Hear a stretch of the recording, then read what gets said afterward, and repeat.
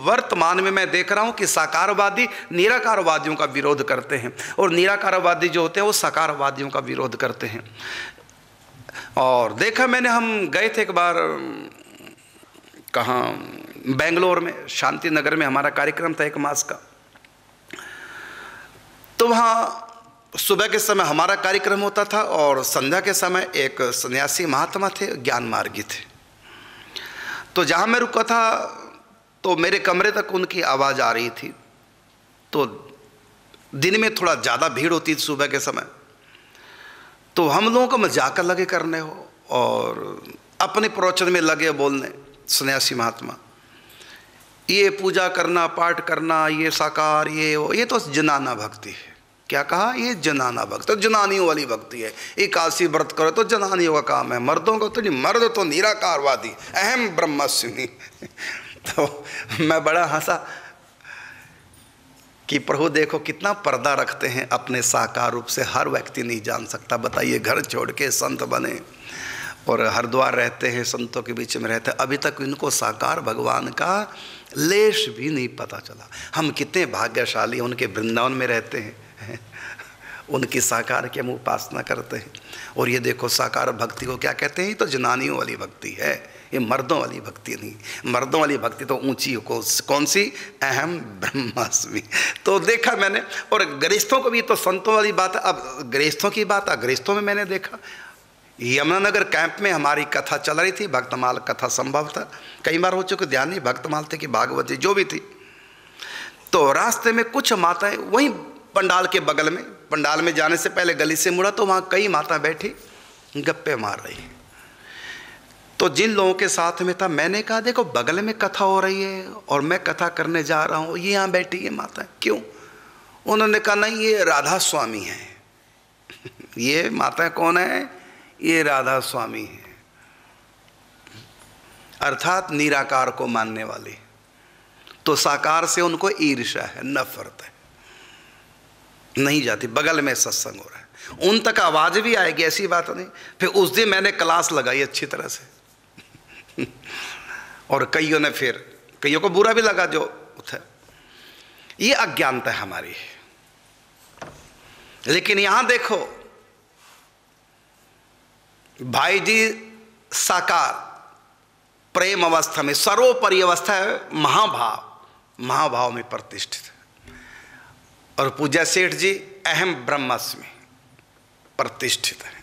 मैं ही राम हूं, मैं ही कृष्ण हूं, मैं ही निर्गुण निराकार हूं, मैं ही सब कुछ हूं, मेरे सिवा किसी दूसरे की सत्ता नहीं। दूसरा केवल मिथ्या भास रहा है नहीं। जैसे दर्पण के भीतर, पर्वत के सामने दर्पण लगा दो तो दर्पण में पर्वत की छाया है, लेकिन दर्पण फिर भी हल्का ही रहता, भारी नहीं होता कि पर्वत उसके अंदर आ गया तो भारी हो गया। गंगा जी के सामने दर्पण को ले जाओ तो गंगा जी बहरी दर्पण के अंदर दिखाई देगी, लेकिन दर्पण गीला नहीं होगा। अग्नि के सामने दर्पण को ले जाओ तो अंदर आग लग रही है, लेकिन दर्पण गर्म नहीं होगा। तो जैसे दर्पण में सत्ता जो भासती है लेकिन होती नहीं, इसी प्रकार सृष्टि माया है नहीं, मिथ्या है, केवल भास रही है, हकीकत में है नहीं। है कौन? केवल मैं, अहम ब्रह्मास्मि।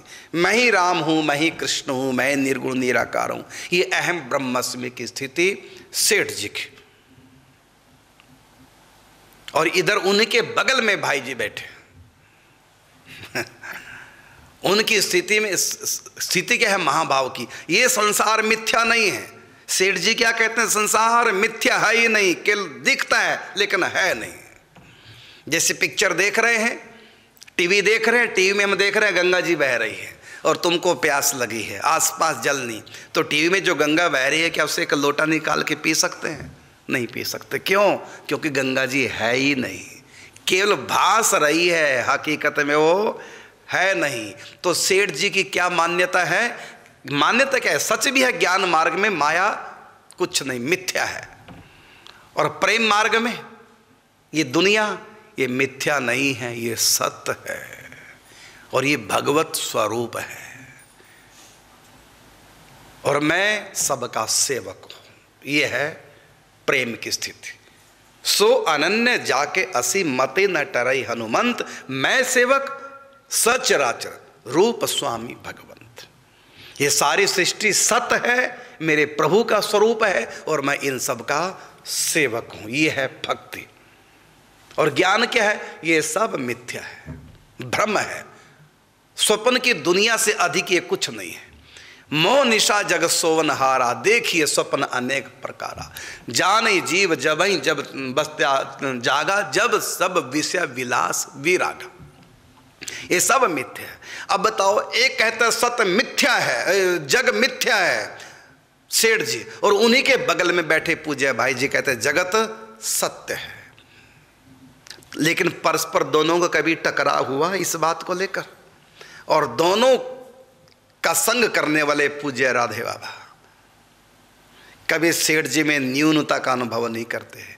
ये भी मेरे नील सुंदर हैं और भाई जी भी मेरे नील सुंदर हैं।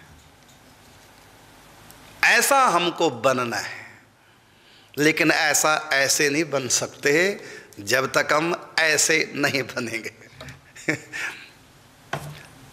ऐसा हम ऐसे नहीं बन सकते जब तक ऐसे नहीं बनेंगे। ऐसे का मतलब बाबा जैसे नहीं बनेंगे। बाबा स्वयं पहले निर्गुण निराकारवादी थे, सगुण को तो मानते नहीं थे, साकार को मानते नहीं थे। बाबा को दोनों की अनुभूति है। वो सेठ जी के भीतर भी घुस चुके हैं, भाई जी के भीतर भी घुस चुके हैं। सेठ जी ज्ञान का समुद्र है, गहराई वाला, और भाई जी प्रेम का समुद्र है जो ऊपर, जिसमें तरंगें उठ रही हैं।